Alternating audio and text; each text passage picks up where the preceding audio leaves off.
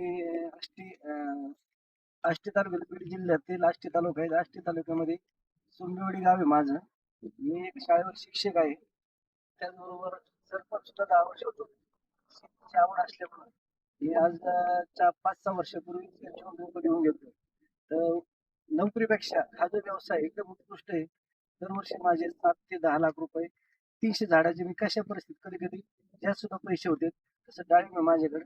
आता यांच्याकडून मी सध्या 500 रोपं घेऊन चाललोय. मला परत अजून 1000 रोपाची ऑर्डर आहे. आणि शेती म्हणजे व्यवसाय, कुठला व्यवसाय असो नोकरी असो, त्यासाठी शेती हा एक पूरक व्यवसाय म्हणून केला पाहिजे. ना ते हवा देत नाही.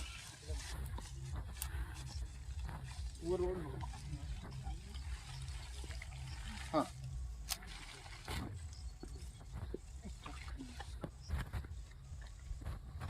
350 250 करायचं. ते 3.5 झाला का? त्याला खून टाकू का? पेरू जाणार आहेत ना खाली ना ठेवा.